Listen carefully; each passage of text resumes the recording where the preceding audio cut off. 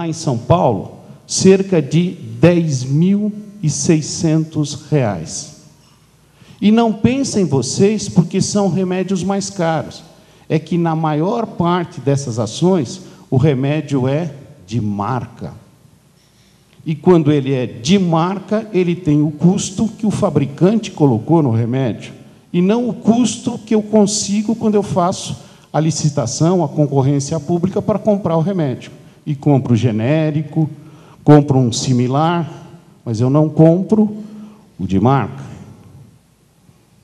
Então, as ações judiciais, elas atendem a 10% só do nosso sistema, lá em São Paulo, mas são responsáveis por mais de 30% dos meus custos da assistência farmacêutica. Bom, e como é que a gente sai dessa enrascada? Eu acho que a primeira coisa é regulamentar o direito universal ao acesso de medicamentos. Veja, eu quero fazer um parêntese. Todos os demais direitos universais neste país são regulamentados. Vamos começar com o direito de votar. Todos nós, brasileiros, temos direito de votar. Se tivermos mais de 16 anos, podemos votar. Se tivermos menos de 80 anos, podemos votar. Se tivermos mais de 80, podemos declinar desse direito. Tá certo?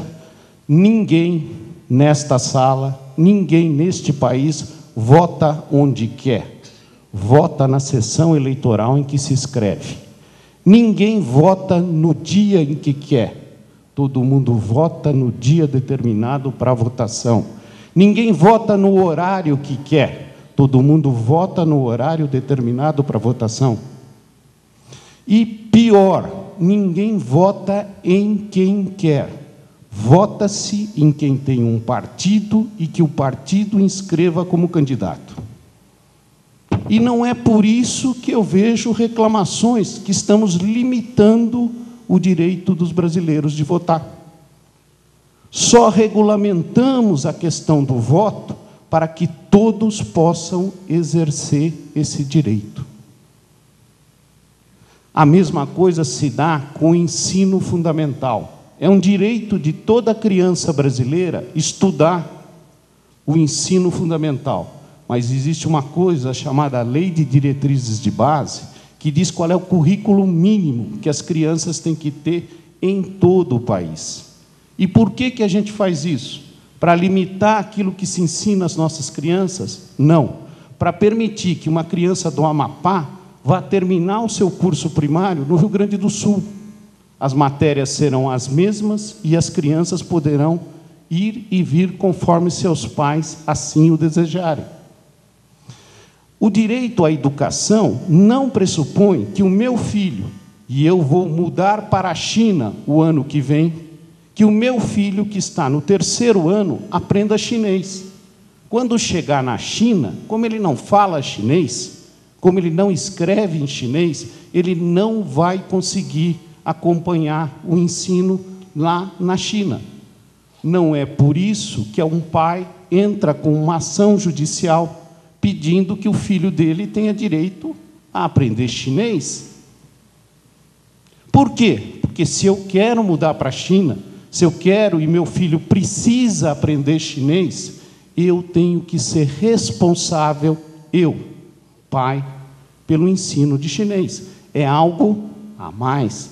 Não está na Lei de Diretrizes e Bases da Educação Brasileira. Eu dou esses exemplos para dizer que, na saúde, a gente precisava fazer a mesma coisa. O que é direito da população? Para que todos possam usufruir desse direito. Senão, nós vamos chegar na situação em que, em São Paulo, 10% da população recebe 30% do custo dos remédios.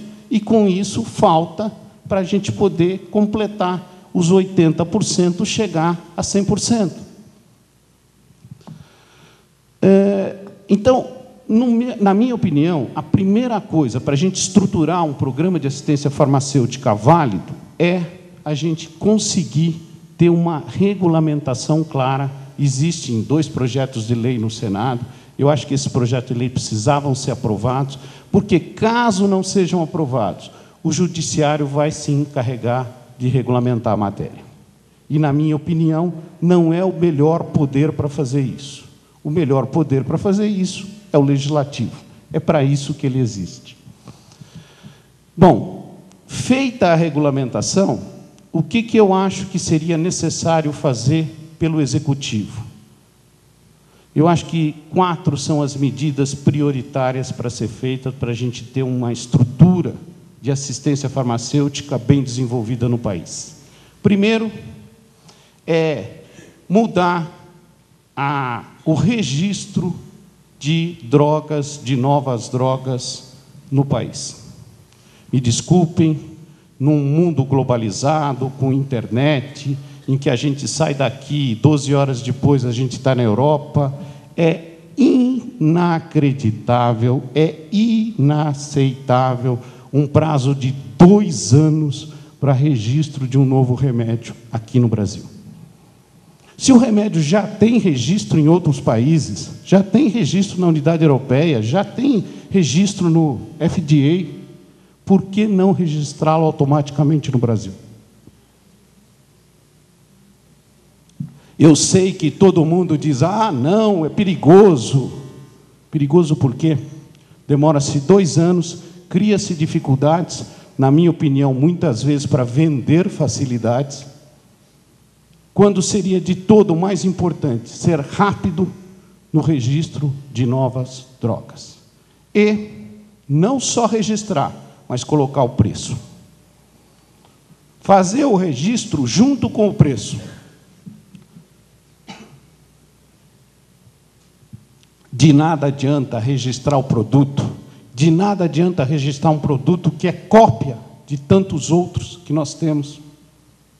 Eu acho que o órgão de registro devia registrar só novas drogas, drogas mais eficientes, comprovadamente mais eficientes, ou drogas com um preço menor do que as existentes no mercado. Outras drogas não deviam, à semelhança de outros países, merecer o registro no nosso país.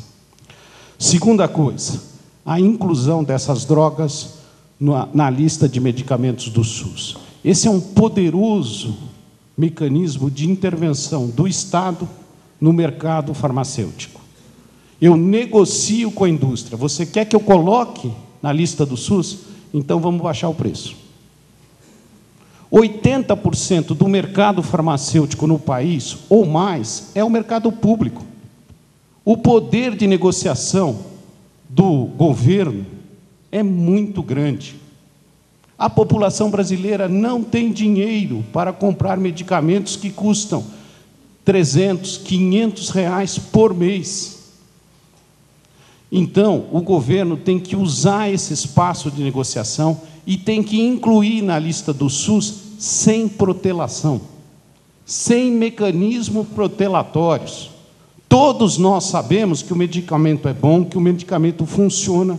As ações judiciais dão ganho de causa sempre para esses medicamentos e o Ministério teima em não incluí-lo na lista de medicamentos excepcionais.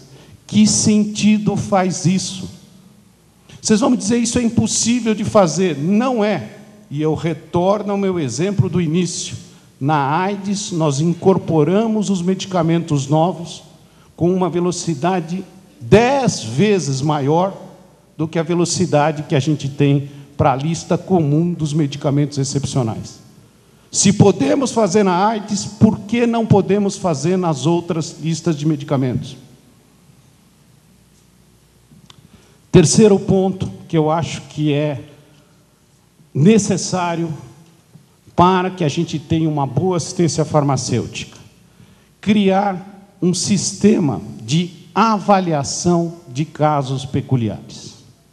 Saúde, medicina, seres humanos são diferentes.